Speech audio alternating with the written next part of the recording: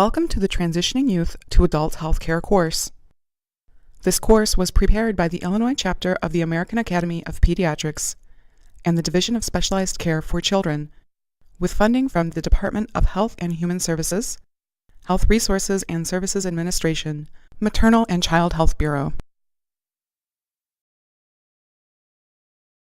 The goals for this course are to 1. Equip pediatricians and medical homes with the information, tools, and resources to help patients and their families make a smooth transition to adult health care, and 2. Help practices measure and improve transition planning care by providing tools, strategies, and ideas for change to complete the Plan, Do, Study, Act, or PDSA cycles. This course targets primary care providers. However, subspecialty providers must address transition planning and may benefit from this course as well.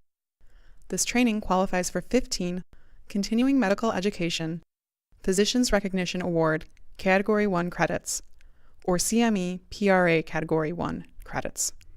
Physicians who participate by measuring and reporting data and making practice improvements in accordance with the American Board of Pediatrics Maintenance of Certification Part 4 Performance and Practice Requirements can also earn Maintenance of Certification points. By the end of this training, you will be able to define transition and describe why the transition planning process is important, identify key roles in the transition planning process, recognize how to optimally perform the key clinical activities, or KCAs, identified for effective transition planning in accordance with the AAP recommended guidelines. The KCAs listed here and the guidelines will be formally introduced later in this topic and presented throughout the training. By the end of this training, you will also be able to apply coding and reimbursement tips to maximize payment for transition planning services. Finally, you will learn to use project-developed QI tools to simplify data collection and reporting. This training is organized into modules, each about 30 minutes or less in length. The course begins with this introduction, which presents the learning goals, objectives, and course organization, and introduces transition resources and tools. It overviews the transition planning process, what it is and why it is important, and describes the roles and responsibilities, challenges and opportunities, and recommended guidelines for transition planning. Finally, this introduction presents the quality improvement tools to measure and improve transition planning care. The heart of the training is the presentation of the key clinical activities for transition planning. The modules contain clinical content, including tools, tips, strategies, resources, and ideas for change for each KCA. Each module includes a pre- and post-test, QI tools, and interactive activities. To help you improve your ability to bill appropriately and get paid for transition planning activities, we include a module on coding and reimbursement. The course concludes with a brief wrap-up. In addition to viewing the course content online, you will need time for QI activities to measure progress and complete PDSA cycles of improvement. Let's begin our discussion of transition planning with a definition. Transition planning is the purposeful, planned movement of adolescents and young adults with or without chronic physical and medical conditions from a child-centered care model to an adult-oriented healthcare system. There is a pressing need for an emphasis on transition planning due to the growing number of pediatric patients with chronic illnesses and disabilities who survive childhood and enter adulthood. 600,000 youth with special healthcare needs turn 18 each year. 90% of pediatric patients with chronic illnesses and disabilities survive into adulthood. These youth face many barriers to a successful transition to adulthood and adult healthcare systems. This training and the AAP policy, which we will introduce shortly, are direct responses to this critical and growing healthcare issue. Every individual, at every age, needs medically and developmentally appropriate care. The process of maturing from childhood to adulthood is complex and requires unique healthcare considerations. This is particularly true for youth with special healthcare needs, who need additional support in order to maximize health outcomes. Unfortunately, according to a 2006 National Survey of Families of Youth with Special Healthcare Needs, fewer than 50% had a healthcare provider talk with them about the shift to an adult-oriented provider. Planned healthcare transition promotes high-quality, developmentally appropriate healthcare services available in an uninterrupted manner as the individual moves from adolescence to adulthood. It maximizes lifelong functioning and well-being for all youth, including those who have special healthcare needs and those who do not. Effective transition planning is a process, not an event. Timing depends on developmental readiness, complexity of conditions, and characteristics of the adolescent and family. Here are the 3 key stakeholders in the transition process. The youth is responsible for increasing independence in self-care and learning to navigate the adult healthcare system to the best of his or her ability. The physician and staff guide the process and help coordinate the transfer of care from the pediatric to adult medical home setting and care model. A designated full or part-time care coordinator is an invaluable asset to the care team in this process. The family or guardian supports the process and encourages autonomous decision-making and self-care. Transition planning falls under the umbrella of care coordination. Care coordination addresses a standard of care that promotes continuity and integrates care across all of the patient's conditions and healthcare needs within the patient's primary care setting and among other providers and subspecialists. Designated care coordinators help the patient meet transition planning milestones in a timely manner. Often, the role is filled by one or more individuals in the practice, either full or part-time. Nurses and social workers adapt to this role well. Designated care coordinators 1. Know the patient's and family's needs. 2. Free up physicians for more direct patient encounters. 3. Help manage patient care proactively. 4. Provide follow-up. 5. Facilitate services among other providers so they only need to call one person in the practice. 6. Enable one person to become an expert in family and community resources, government programs, and so on to link patients and families with needed services. 7. Promote a team approach to care that supports team development. And finally, 8. Foster the delivery of family-centered care coordination services through a continuous cycle of assessment, goal setting, care planning, and follow-up. Widespread implementation of transition planning as a basic standard of high-quality care is not yet fully realized. Here are some inherent challenges of transition planning that practices may face. 1. There may be a lack of designated staff responsible for transition efforts. 2.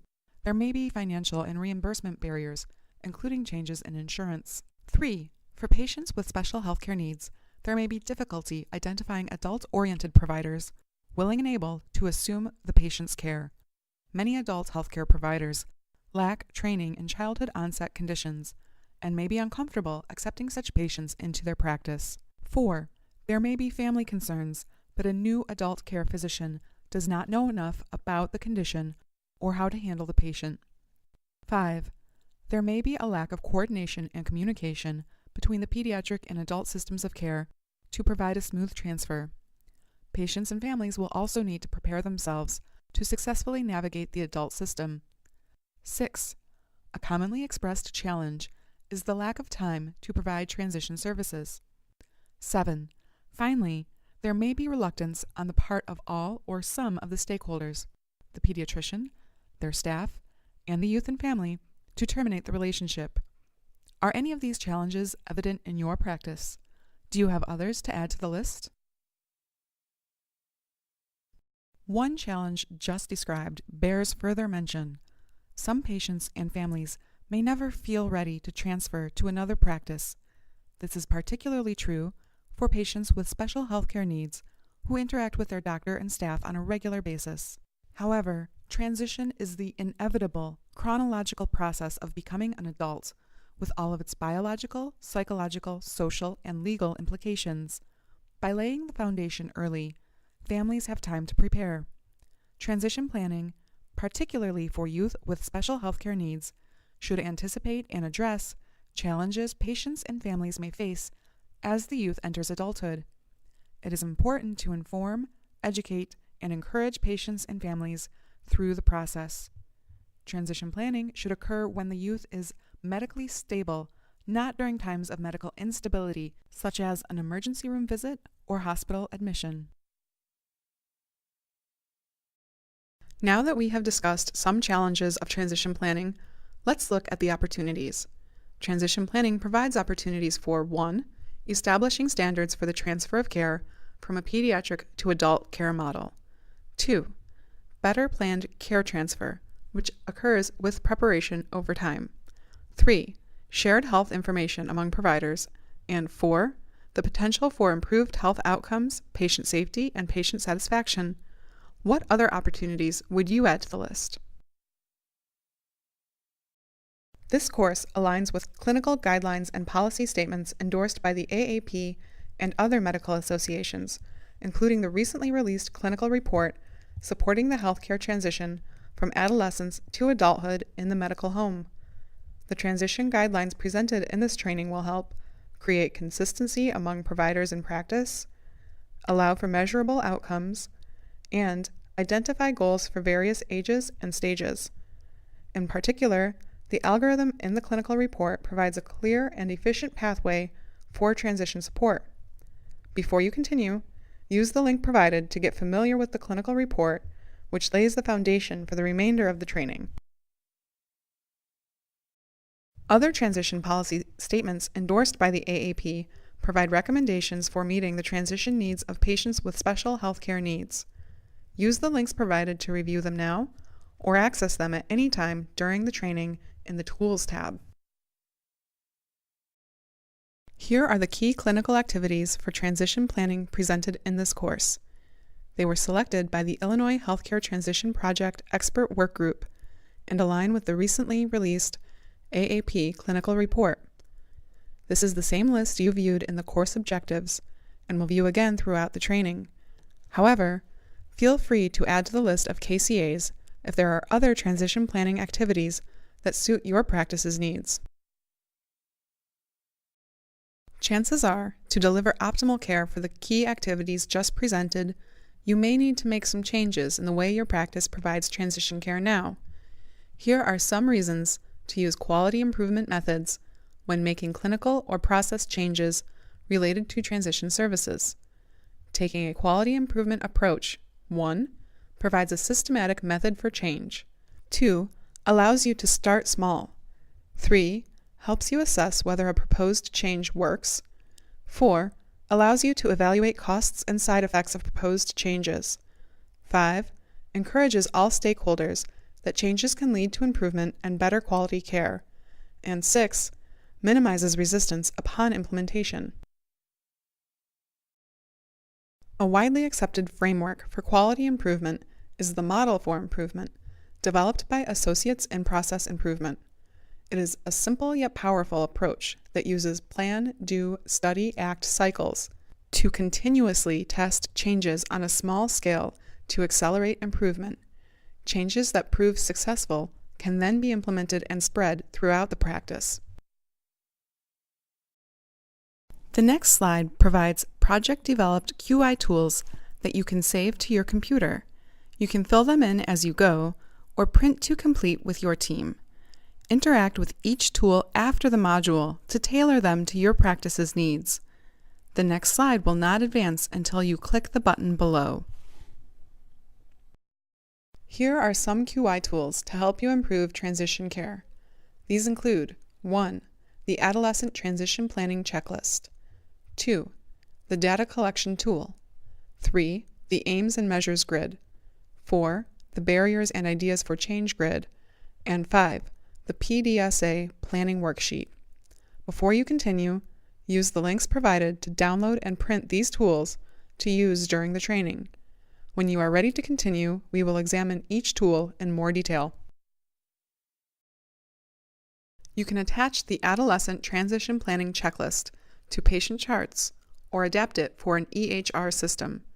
Use the checklist to guide transition planning efforts and help patients meet milestones in a timely manner. The milestones correspond to the key clinical activities identified for transition planning. The data collection tool is a measurement instrument to help you collect information for performance assessment about each of the key clinical activities identified for transition planning. The data collection tool will help you identify areas for improvement based on current performance. Use the results of the data collection and ideas for change to run PDSA cycles to close identified gaps. Chart review data collection is required for Part 4 Maintenance of Certification credit. The KCA Aims and Measures Grid summarizes the aim, goal, and measure for each KCA. The aim statement defines what you want to accomplish. It identifies what will improve, for whom will it improve, how much will it improve, and when will it improve. Measurement helps you take action based on facts. It quantifies whether or not a change is an improvement. The Aims and Measures Grid identifies the data collection question related to each KCA and specifies the numerator and denominator used in the calculation. Physicians who elect to partake in this course for MOC credit will enter their chart review data directly into a database developed for the course. The system will automatically generate run charts and reports to track your quality improvement progress. Once you identify gaps through measurement, you may wonder about the changes you can test to achieve your aims and bridge the gaps. The Barriers and Ideas for Change grid addresses all of the KCAs. Of course, you cannot test every idea at once. Identify and prioritize the ideas for change that you and your staff think will work best to close the identified gaps and improve care. Conduct small tests of change through PDSA cycles. The MOC part of this course requires you to identify, address, and collect data for at least 3 KCAs in your practice. For your convenience, we included a 2-page PDSA planning worksheet on which you can record your aim statement, describe the test of change, report and analyze results, and plan your next test. We also provide an example of a completed worksheet. We are nearly to the end of this course introduction. Be sure to check out the policies, guidelines, and QI tools introduced in this module. All course resources are located under the Tools tab towards the top of your screen. Here are some websites, articles, and guides. If you have questions about this training or need technical assistance, we are here to help. Use the contact information provided here.